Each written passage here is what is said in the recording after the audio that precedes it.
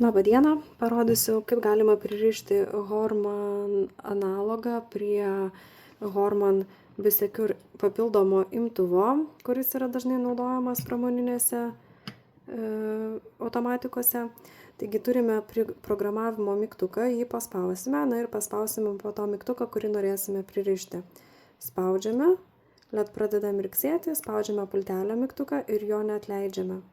Lauksime, kol bus išskleidžiamas slaptas Horman kodas ir stebėkite lemputę, jinai užsidegė, galime atleisti pultelį ir paspausime, turėtų užsidegti šitą lemputę.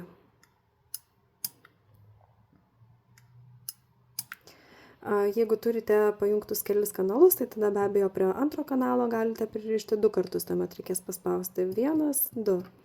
Procedūra ta pati, paspaudžiame, užgęsta LEDas ir pradeda mirksėti mėlynai raudonai ir tada prisiriša prie vartų automatikos.